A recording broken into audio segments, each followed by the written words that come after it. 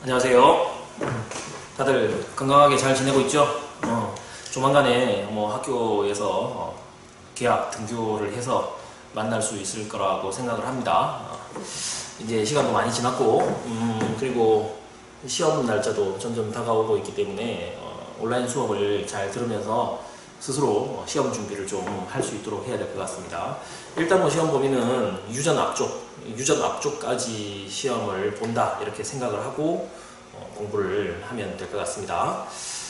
자, 이번에 배울 내용은 무엇이냐 하면 질병과 병원체에 대해서 수업을 하겠습니다.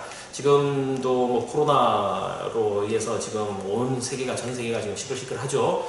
그럼 과연 코로나 이런 애들은 어떤 질병이냐 그런 것들에 대해서 학습하는 시간이 되겠습니다. 그리고 오늘은 좀 강의를 간단하게 좀 이 세 단원을 들어가면서 조금 소개하는 정도 그 정도에서 끝낼 테니까 잘 집중해서 듣기 바랍니다.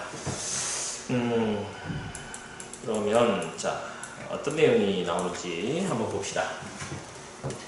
일단 질병이라는 것은 크게 두 가지로 나눌 수가 있습니다. 어떻게 나누느냐? 감염성 질병과 비감염성 질병. 그러니까 질병이라고 하는 것은 감염성 질병이냐 비감염성 질병이냐 이렇게 두 가지로 나눌 수가 있습니다. 그럼 이렇게 나누는 기준이 뭐냐? 감염성 질병은 병원체가 원인이 되어서 발생하는 질병. 병원체, 뭔가 질병을 일으키는 원인 물질이 있다 하는 겁니다. 질병을 일으키는 원인 생물, 그 원인 생물에 의해서 발생하는 질병을 감염성 질병이라고 하고, 그런 게 없이 병원체가 없이 그냥 유전적 요인이나 아니면 환경 요인이 작용해서 나타나는 질병, 어떤 병원체가 있는 게 아니라 병원체 없이 유전적 요인이나 환경 요인에 의해서 나타나는 질병을 비감염성 질병이라고 얘기를 합니다. 감염성 질병은 병원체에 의해서 걸리는 거고, 비감염성 질병은 유전이나 환경에 의해서 걸리게 되는 것. 그리고 비감염성 질병은 전염되지 않는답니다. 다른 사람에게 옮기지 않는다는 얘기죠. 전염되지 않는다.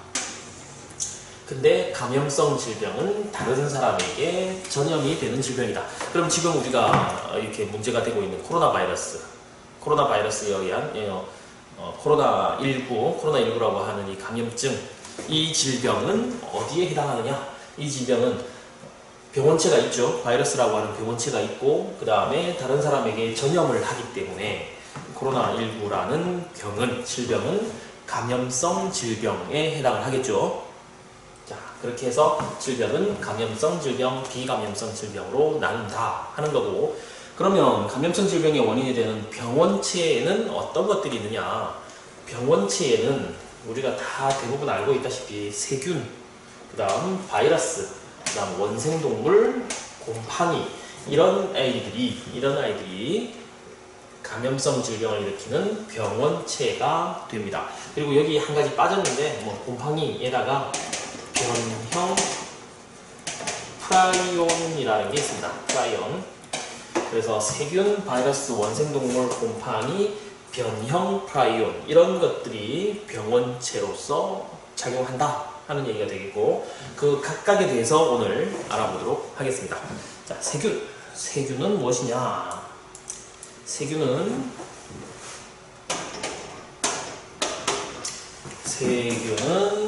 원핵세포로 이루어진 단세포 생물을 세균이라고 한다. 자, 원핵세포 저기 앞에서 했던 것 같은데 다시 한번 봅시다. 원핵세포가 있고, 그 다음에 진핵세포가 있습니다. 자, 세포는 원핵세포가 있고 진핵세포가 있다. 차이점이 뭐냐 하면 얘는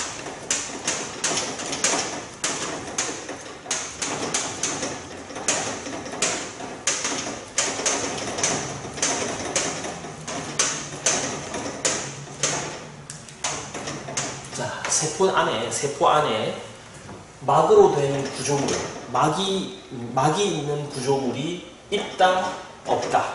그래서 막으로 된 구조물이 있으면 진핵세포, 막으로 된 구조물이 없으면 원핵세포 이렇게 나옵니다. 예를 들어서 세포 안에 가장 우리가 일반적으로 잘 알고 있는 막, 무슨 막 있죠? 핵막, 그쵸? 세포 안에 핵막, 그러면 핵막이 있으면 뭐? 핵막 있으면 진핵세포, 핵막 없으면 원핵세포 이렇게 나누겠죠. 그 다음에 뭐 엽록체 막, 미토콘드리아 막, 그 다음에 소포체 막, 골지체 막, 여러가지 세포 소기관들이 있죠. 세포 안에. 그런 세포 소기관들의 막이라고 하는 그 막 구조물이 있으면 진핵세포, 막 구조물이 없으면 원핵세포 이렇게 구분을 합니다. 그럼 세포막은요, 세포막은 당연히 있어야죠. 진핵이든 원핵이든 세포라고 한다면 세포 바깥에 있는 세포막은 당연히 있죠. 지금 얘기하는 것은 세포막이 있냐 없냐 얘기하는 게 아니라 세포 안에 막 구조물이 있냐 없냐 그 얘기를 하는 겁니다. 당연히 원핵세포도 세포기 때문에 세포를 둘러싸는 막이 있어야 얘가 세포인 줄 알죠. 막이 없으면 경계가 없어지는 거니까. 그래서 막 구조물이 있다 없다에 따라서 진핵세포, 원핵세포로 나누는데 세균은 원핵세포로 되어 있고 단세포 생물이다. 즉 세포 한 개가 바로 개체가 되더라. 세포 하나가 바로 개체가 된다. 그래서 막 구조물이 없는 세포 하나로 이루어진 생물을 세균, 원핵세포, 단세포 생물로 되어 있더라 하는 거고, 자, 세균에는 유산균과 같이 우리 몸에 도움을 주는 좋은 세균도 있지만 독소를 분비하는 조직을 파괴해서 치명적인 질병을 유발하는 것도 있다. 그래서 대표적인 게 어떤 게 있느냐? 폐렴, 콜레라, 패스트, 폐렴, 콜레라, 패스트 이런 질병들은 무엇에 의해서 나타난다? 세균에 의해서 나타나는 질병이다. 세균에 의해서 나타나는 질병, 폐렴, 콜레라, 패스트 이런 것들이 있습니다. 자, 그러면 세균에 의한 질병은 어떻게 치료할 수 있느냐? 세균에 의해서 나타난 질병은 항생제로 치료를 합니다.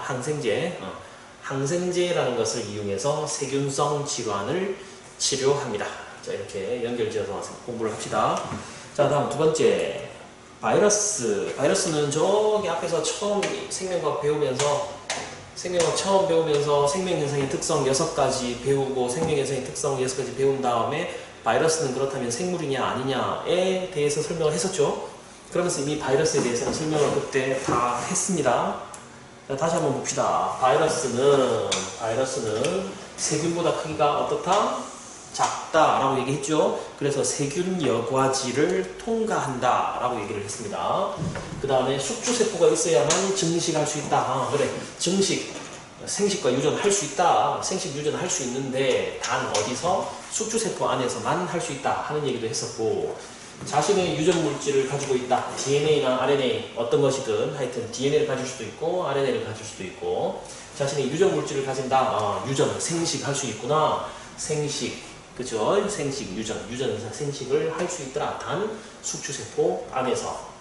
그래서 자신의 유전 물질인 DNA 또는 RNA를 숙주세포 안으로 주입한 다음 숙주세포의 효소를 이용해서 자신을 복제한다.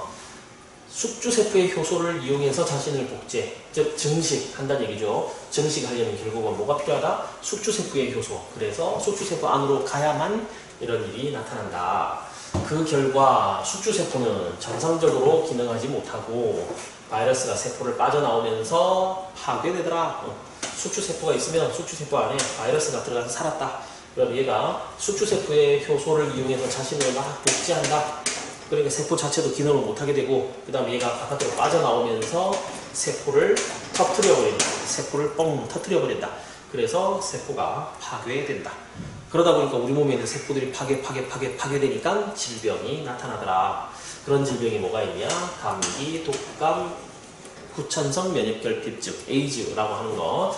이런 질병들. 그 다음에 에볼라. 그 다음에 여기에 지금 최근에 나오는 코로나19. 그죠? 코로나19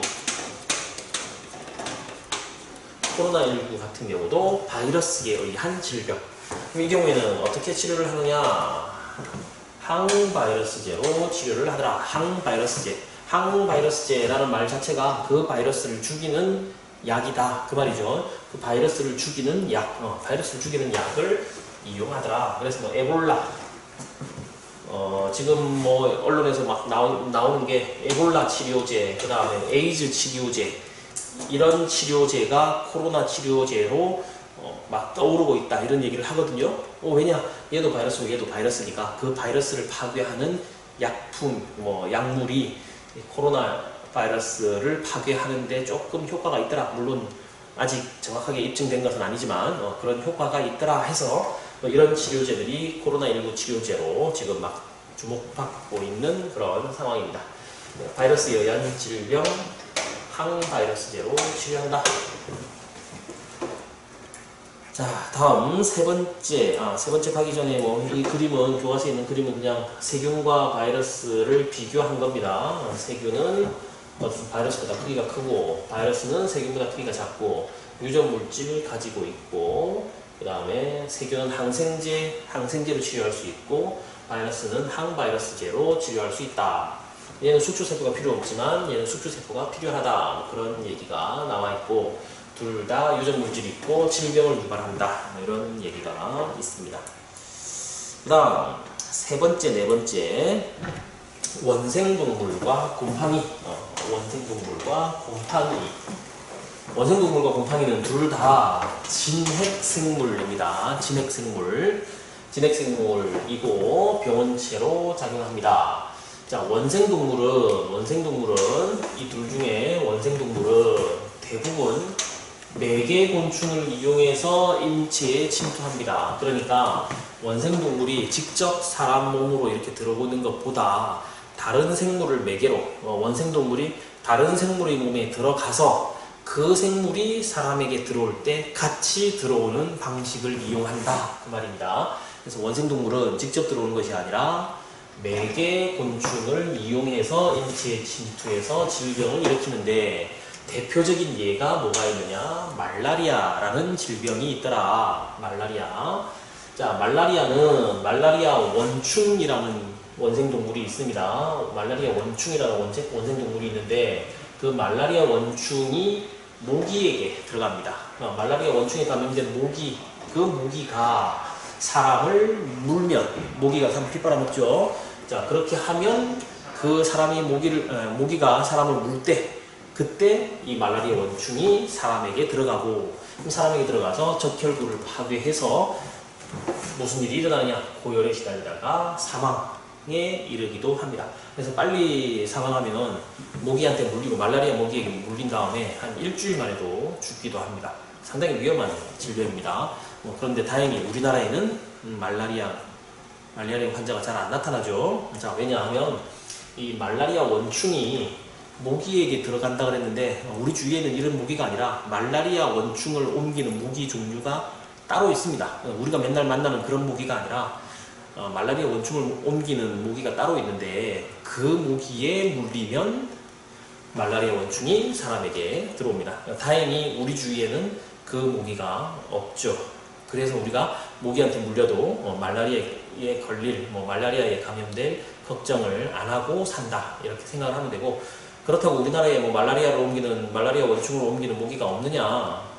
그건 아닙니다. 우리나라에는 말라리아 모기가 있습니다.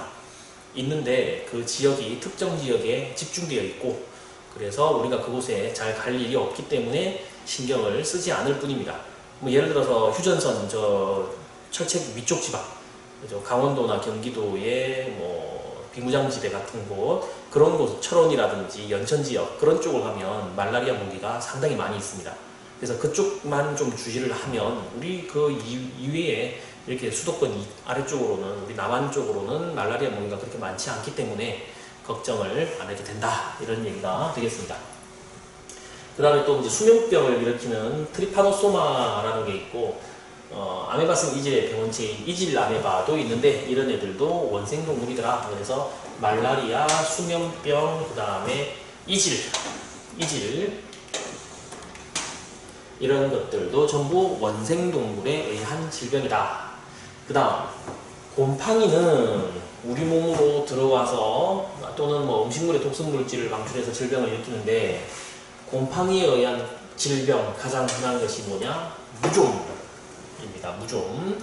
그래서 무좀을 좀 여러분이 공부를 좀 해야 되는 게, 곰팡이를 다른 말로 우리 뭐라고 부르죠?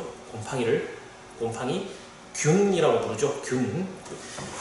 무좀균이라는 말 들어봤을 겁니다. 무좀균. 무좀균이 뭘 말하느냐? 무좀곰팡이를 말하는 겁니다. 무좀균, 무좀곰팡이. 그러면 선생님이 지금 그 얘기를 왜 하느냐 하면은 균이라는 게 있고 세균이라는 게 있죠. 근데 균과 세균은 다른 겁니다. 앞에서 세균은 뭐라고 얘기를 했냐면은 원핵세포로 이루어진 단세포 생물이다. 이렇게 얘기를 했었죠. 세균은 원핵세포로 이루어진 단세포 생물이다. 이렇게 얘기를 했었고, 균, 즉 곰팡이는 진핵세포로 이루어진 생물입니다. 진핵세포. 완전 다른 거죠. 그래서 균, 세균 뭐 비슷한 것 같은데 완전 다른 겁니다.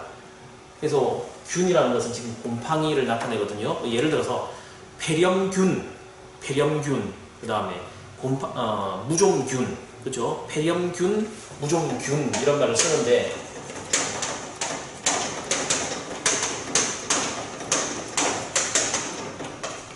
폐렴균 할 때 이 균은 뭘 뜻하는 거냐? 폐렴균 할 때 이 균은 세균을 뜻하는 겁니다. 근데 무좀균 할 때 균은 뭘 뜻한다? 곰팡이를 뜻하는 겁니다. 그래서 균이라고 적혔다고 전부 다 똑같은 걸 나타내는 게 아니라 어떤 것은 원핵세포로 된 세균을 뜻하는 거고 어떤 것은 진핵세포로 된 곰팡이를 뜻하는 거다. 그래서 좀 잘 봐야 됩니다. 그래서 무좀은 누구에 의한 질병이다? 곰팡이에 의한 질병이다. 그때 폐렴은 누구에 의한 질병이다? 폐렴은 세균에 의한 질병이다. 이렇게 좀 구분할 필요가 있습니다. 자, 곰팡이 때문에 발생한 질병은 어떻게 치료하느냐? 항진균제로 치료합니다. 아까 세균에 의한 질병은 어떻게 치료한다고 그랬죠? 항생제라고 했습니다. 곰팡이에 의한 질병은 진균제로 치료를 합니다. 자, 그런 차이도 있고, 다음. 자, 마지막 내용이 되겠습니다.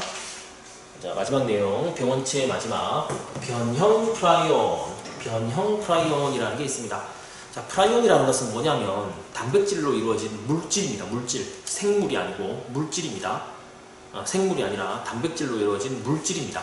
그런데 우리 몸에 정상 프라이온은 있을 수 있습니다. 정상 프라이온은 있어도 아무 문제가 되지 않습니다. 그런데 정상 프라이온이 변형 프라이온과 만나면, 자, 얘가 정상 프라이온이고 얘가 변형 프라이온이다. 그런데 이 정상 프라이온이 변형 프라이온과 만나면 접촉하면 이 정상 프라이온이 변형 프라이온으로 변해버립니다. 그러니까 변형 프라이온은 정상 프라이온을 변형 프라이온으로 바꿔버리는 능력이 있는 거죠. 그러면 우리 몸에 정상 프라이온이 있을 때는 아무런 질병이 나타나지 않다가 변형 프라이온이 하나 탄생했다. 그럼 그 변형 프라이온이 다른 정상 프라이온들을 전부 변형 프라이온으로 바꿔버리고, 이렇게 만들어진 변형 프라이온들은 무슨 일을 하느냐?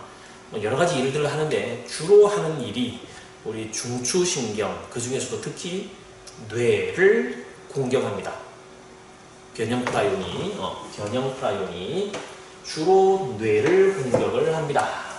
그래서 변형 프라이온은 세균이나 바이러스와 달리 단백질로만 구성된 물질입니다. 생물이 아니라 물질. 그래서 바이러스보다도 크기가 작아야 되고요. 정상 프라이온은 단백질은 포유류 신경세포에도 있는데 정상 프라이온이 변형 프라이온과 접촉하면 변형 프라이온이 된다. 그래서 어디다가 특히 뇌에 변형 프라이온 단백질이 쌓이고, 그러면 신경세포가 파괴되고 뇌가 스펀지 모양이 되더라. 뇌에 구멍이 뻥뻥뻥뻥 뚫린다는 얘기죠. 이런 애들이 변형 프라이온들이 뇌에 가서 공격해서 뇌에 구멍을 뻥뻥 뚫어버리더라. 그렇게 나타나는 질병이 크로치펠츠 야코병. 그 다음에 이게 소에도 이런 질병이 있습니다. 소에도 변형 프라이온이 중추신경계를 공격해서 뇌가 뻥뻥 뚫리는 질병이 있는데, 그게 뭐냐? 광우병이 되죠. 크로치펠츠 야코병, 그 다음에 광우병, 둘 다 누구에 의한 질병? 변형 프라이온에 의한 질병이다. 치료 방법 없습니다. 아직까지 어떻게 치료해야 될지를 모릅니다.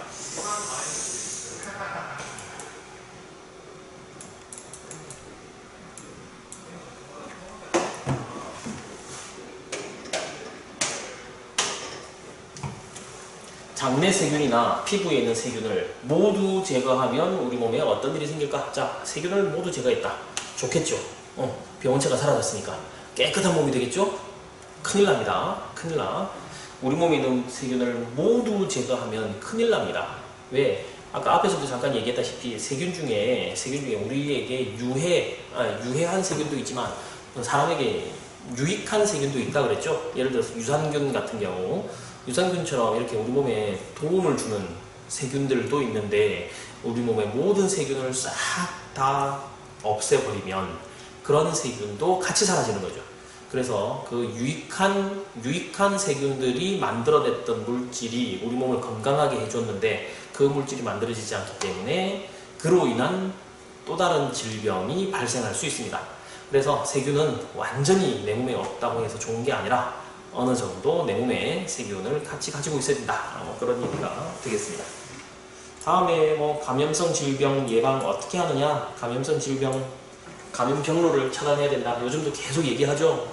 계속 얘기하는 게 말할 때 마스크 쓰고 입을 가리고 기침, 재채기 할 때 옷깃으로 이렇게 가리고 사람 많은 곳에 거리를 두고 요즘 계속 언론이나 이렇게 매체를 통해서 나오는 얘기들이죠. 그런 것들 감염 경로를 차단하는 것이 가장 중요하다. 공기 중으로 저는 마스크 쓰자. 마스크 쓰고 그 다음에 기침, 재채기 할 때 입 가려야 되고 오래된 음식물 먹지 말거나 가급적 끓여서 먹고 이렇게 익혀서 먹어야 된다 하는 너무 당연한 얘기들 이렇게 나와 있습니다. 자, 그 다음 잠시만요. 내용 정리 좀 할게요. 자, 질병 종류 아까 앞에서 선생님이 얘기했다시피 감염성 질병과 비감염성 질병 이렇게 있다고 얘기를 했었죠. 그 다음에 병원체에 5가지가 있는데 세균, 바이러스, 원생동물, 그 다음에 곰팡이, 변형, 프라이온 이렇게 돼 있었다. 그래서 아까 앞에서 다 한번 설명했던 걸 다시 노트 정리를 한 겁니다. 여기는 세균은 단세포 원액 생물이고 항생제를 치료하고 바이러스 생물 기생물 중간 단계 항바이러스 대체로 치료하고 원생동물은 단세포 진핵생물인데 매개곤충을 통해서 주로 인체에 침투한다 그랬고 곰팡이는 다세포 진핵생물 그래서 얘도 균 하니까 좀 헷갈릴 수 있다 얘기했었죠. 여기는 항진균제로 치료한다. 그래서 대표적인 질병이 무종, 폐렴, 구분하라 그랬습니다. 다음에 변형 프라이온은 단백질입니다. 생물이 아니고 단백질인데 이제 정상 프라이온과 변형 프라이온이 만나면 정상 프라이온도 변형 프라이온이 될 수 있다. 그리고 주로 중추신경계를 공격해서 뇌에 구멍을 뻥뻥 뚫게 만들더라 하는 얘기까지 이렇게 했습니다. 자, 오늘은 간단하게 이 정도에서 끝내고 오늘 과제는 지금 선생님이 얘기했던 것처럼 질병의 종류 구분하고 병원체의 종류 이렇게 정리하는 여기까지 해서 과제 게시물 학습방에 과제 게시물 그 게시판에 제출을 하시면 되겠습니다. 오늘 여기까지 하겠습니다. 수고했습니다.